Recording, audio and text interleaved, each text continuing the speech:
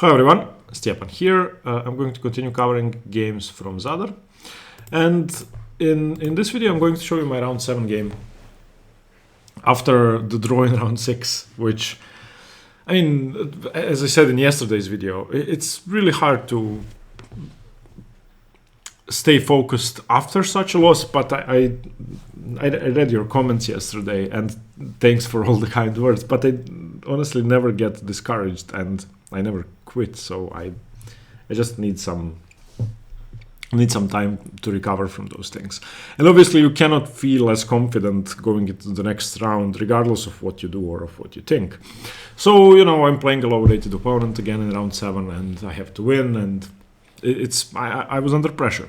And especially because I knew who my opponent was. It's a really nice kid. I know him and his dad, and I faced him in Sholta 4 months before this tournament. Back then he was rated, I think, 1200. Now he's almost 1500, and he defeated a lot of 1800s in Zadar. I think he again got like 100 rating points. In any case, I opened with pawn to d4, and he played knight f6, and the only game I knew of his with the black pieces is a game in which he destroyed my friend in Sholta. My friend is about 1800 and has been playing the Jobava London system setup for a long time. And Shimon attacked him in an opposite castle's position and won. So against this, I didn't want to play bishop f4. There are two reasons for that. The first one is I don't want to allow c5, queen b6, where if my opponents know everything, then at the best case for me it's a draw, or I would have to accept the draw, not to risk losing. And if I do something else, then if I, for example, go knight c3 and he goes g6, now I'm in the Jobava territory, which again I didn't want to enter. Normally I would play knight f3 here, and I've played this in all of my tournament games so far. But I played c3 in this game. I still wasn't really sure what he was going to do, whether he was going to go for a King's Indian setup or not, which he normally plays, but he did. Okay, knight f3 now, bishop g7, bishop f4, d6, h3. This is all very normal. Castles, e3, rook e8, bishop e2, knight c6. Knight c6 is slightly strange. This knight usually should go to d7 because you want to play c5 and then e5. E5. What white wants to do is delay the development of the b1 knight until he castles and maybe even starts a queenside pawn storm, because in the event of e5 you will want to have your bishop on h2 already. So for example castles, and now if black doesn't do anything normal, let's say black just wastes a move, then you play bishop h2, and then eventually when e5 does come, let's say it works here, it doesn't matter, I just want to show you the idea. You can, for example, play a4, and now you get the d2 square for your knight. So that's sort of the idea of the opening. But knight c6 is slightly strange, as I said. Firstly, because it prevents the c-pawn from moving. Secondly, there are always ideas of bishop b5 and actually making e5 much weaker, because I pin one defender to the other, therefore removing control over e5 in any case. I castled, he played knight h5, and I was really surprised to see knight h5, because I want to play bishop h2 anyway, and I thought he cannot play e5. And in about 1 second he played e5, and okay, I was surprised. So since he played it without thinking, I was expecting that I've entered some deep preparation and that maybe this is a position I'm not familiar with in which e5 works, which surprised me because I've been studying these positions for a few months now, to be more specific, since June this year. And I don't think it's easy to surprise me with e5 when I think it doesn't work, because that's the most important pattern in the position. I focused on that. So, but I still got worried. He was just playing instantly. So obviously I either win a pawn or I win a pawn. Whatever happens now, there's just no way about it. The variations are sort of forced and white wins a pawn. And I spent about 10 minutes double checking my analysis, my calculation, and I was correct. So I just went for it and decided, okay, if this is prep, then let's see what you have. So obviously I take d5. Now he can take with the knight or with the bishop. If he takes with the bishop, then I just take and then take on h5 twice. If he takes with the pawn, which he didn't do, then I play queen takes d8, rook takes d8 and g4, and once the knight moves, I win a pawn. Again, this is very clean. He doesn't even have any infiltrations along the d file. So I was actually expecting him to take with the knight, because that seems to give him most compensation for a pawn. But of course, it shouldn't be enough. Okay, so knight takes. Again, he took with the bishop. If he takes with the pawn, again, just bishop h5 and g takes h5 could be good enough. I win this pawn. Or if here I can also just trade queens and again go for g4 and again win this pawn with the queens off the board. So I have to decide which one. Do I want to give up my bishop pair or not? Do I want to keep the queens on the board or not? I think I would have gone for the queen trade. He took with the bishop in any case, which now means that the d file remains closed, which is good for me. And again, he was playing instantly. After d takes e5, I was playing instantly as well because I calculated everything. Okay, so takes, he threw in bishop h2, king h2, g h5, queen h5, okay. And again, instantly he plays rook e5. And now I started thinking, because if this is prep, it's starting to make sense a bit. I mean, you've given up a pawn, your king is absurd, but this bishop seems nice once it gets to c6. This rook seems great. This queen seems to have an easy way into the position. My king could be under pressure. And most importantly, this knight is still on b1. If this knight was on d2, then no question, white is just a clean pawn up. But since I need time to develop, it's not that easy.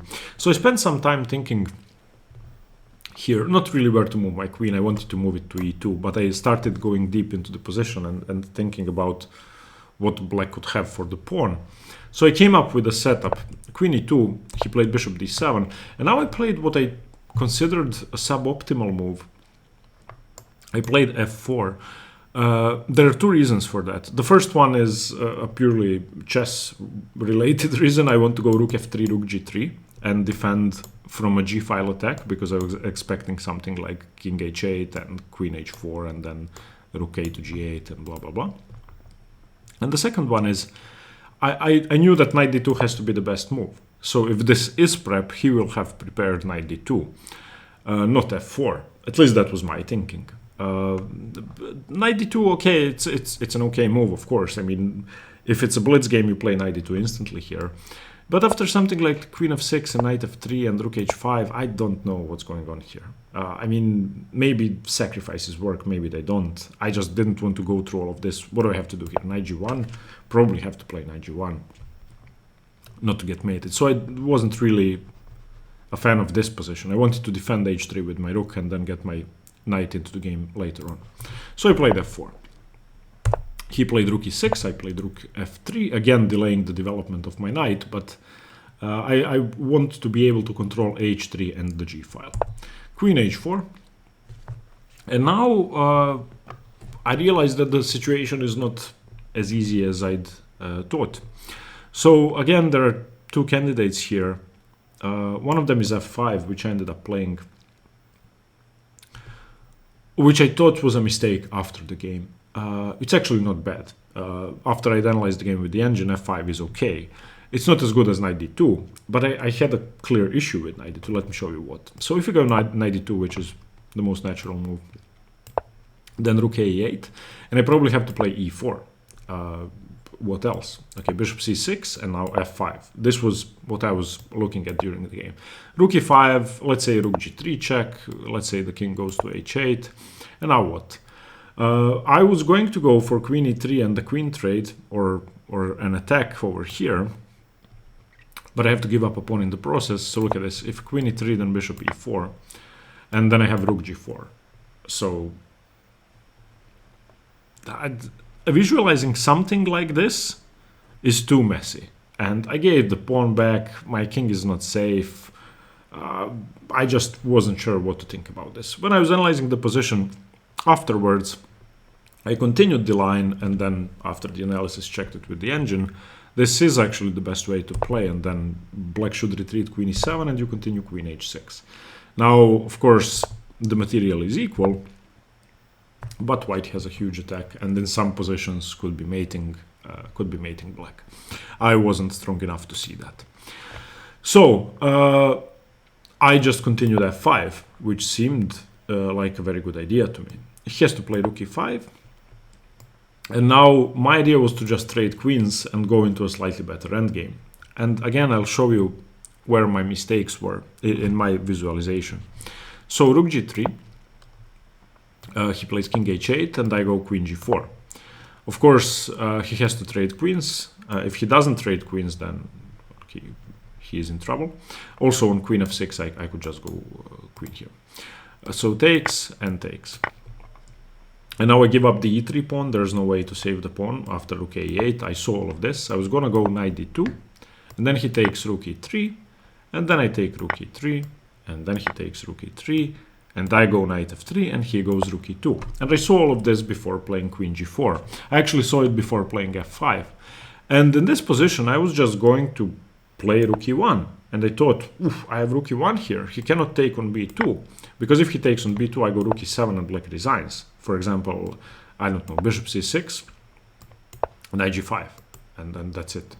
He can win this pawn, doesn't really matter. But eventually he is either going to have to go king g8 or king g7. Let's say king g7, I go knight f7, and I just start picking up everything. These pawns are going to queen. But when we actually got to this position, I realized that on rook e1, he can just take the rook and trade, and this has to be an equal position. Now, I know that he isn't really 1490 or whatever. I know that he is a stronger player than that because I've actually analyzed some games with him. I've played him already, and I know that he is much stronger than that. And actually, he actually defeated two 1800 players in rounds 5 and 6. So he isn't really 1500. I think he would have been able to hold this endgame. Now, if I'm going to play b3 instead of rook e1, I know that I'm actually worse. I'm not even equal. After b3, I have to be worse. Because my rook is passive, because my structure is just bad, and eventually after bishop c6, which he played straight away, I cannot move anything. But I did play b3, because if we trade rooks, I'm risking a draw, a clean draw. At least this way, my rook is on the board, and I have chances. He has chances to go wrong. In this endgame, he doesn't have a chance to go wrong. Not really.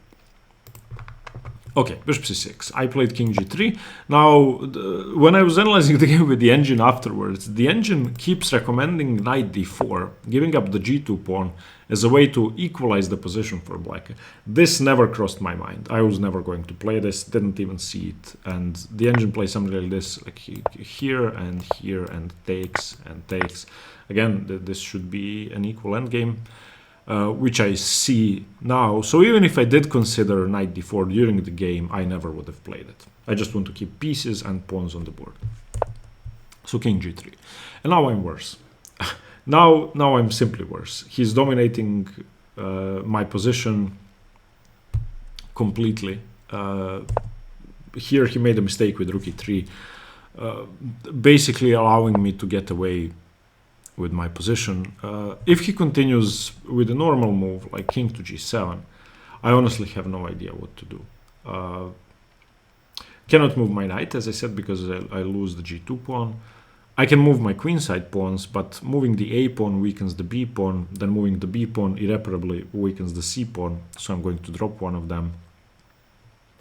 Continuing g5, which seems like the only active plan I have, which I was intending to do, can simply be met with h6, and after gh6, king h6, something like rook h1 doesn't really lead anywhere. If I go rook g1, then he takes on a2, and I mean, this again should be much better for black. I would even say winning for black. So I don't know what I would have done. I would have played on, of course, and tried to complicate the position and keep the pieces on the board. But he played rook e3. I played c4, he played king g7 now, and I played rook h1. And now I'm starting to get somewhere. I think the position is equal.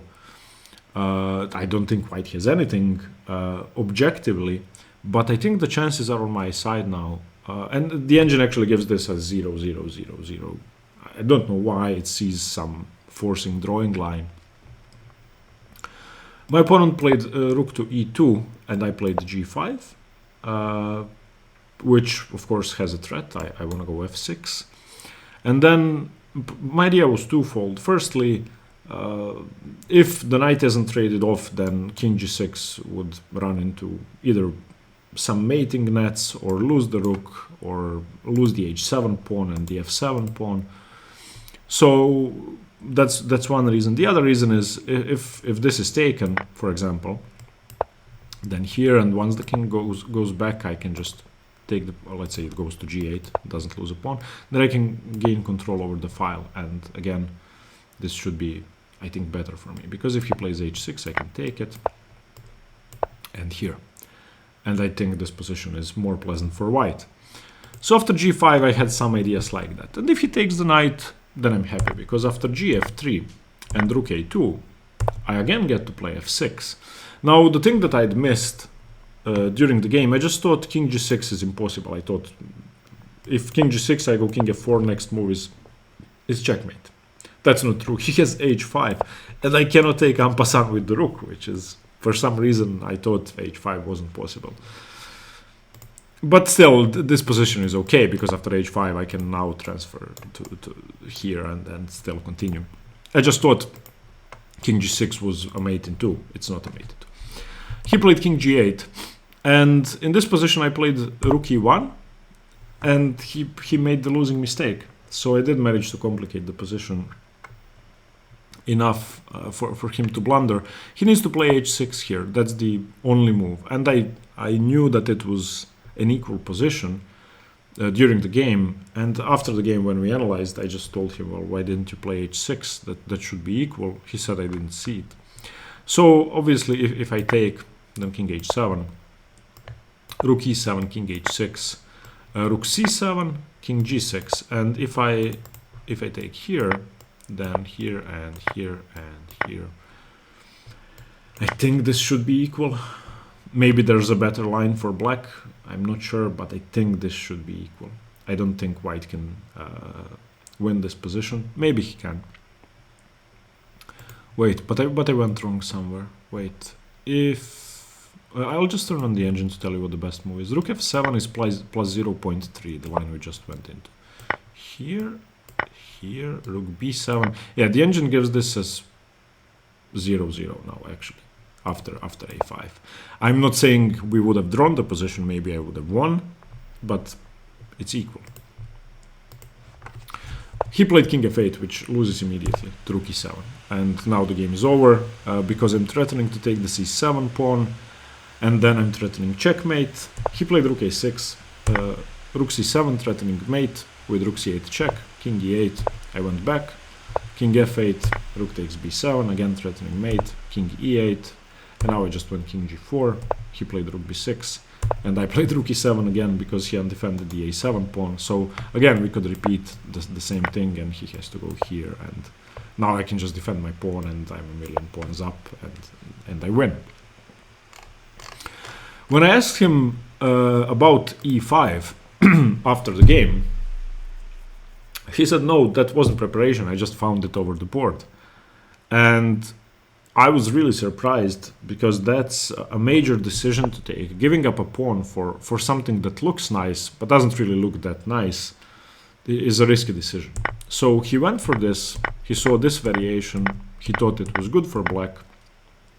I thought it was good for white, or I'm running into some prep that I'll get punished for. Well, what can you do?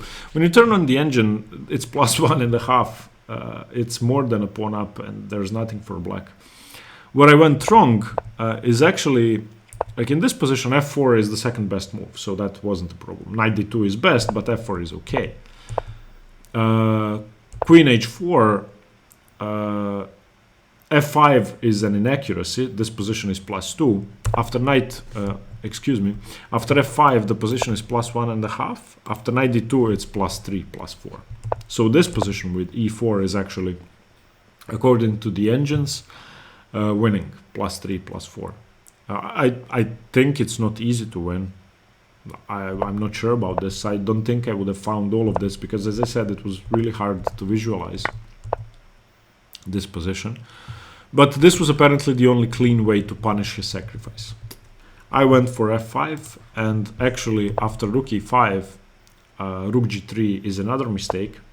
I should have given up my pawn with knight d2, like this. Excuse me, knight d2, bishop f5, and knight c4. This I didn't see at all.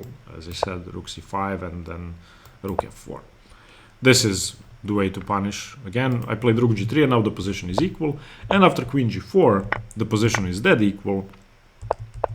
After this sequence and rook e2, after rook e1, the position is dead equal, which I couldn't go for because we would trade rooks. After b3, black is slightly better. And after bishop c6, knight d4 is the only way to stay equal. I played king g3 and now black is better. So I didn't play well. I mean, I accepted the sacrifice, which was okay, but I didn't play well in the middle game. And I think my decision not to trade rooks and not to go for an equal position is understandable. I mean, I would rather risk a defeat than accept a draw. I have to. But yeah, my opponent should have at least held a draw. I think rook e3 is the decisive mistake here. Rook e3 makes no sense. Okay, thank you for watching. I hope you got something from this game. Learn this e5 break and how to punish it in this exact position, because it could happen. Knight c6 is a weird move. And thank you. Stay tuned for more chess. Bye bye.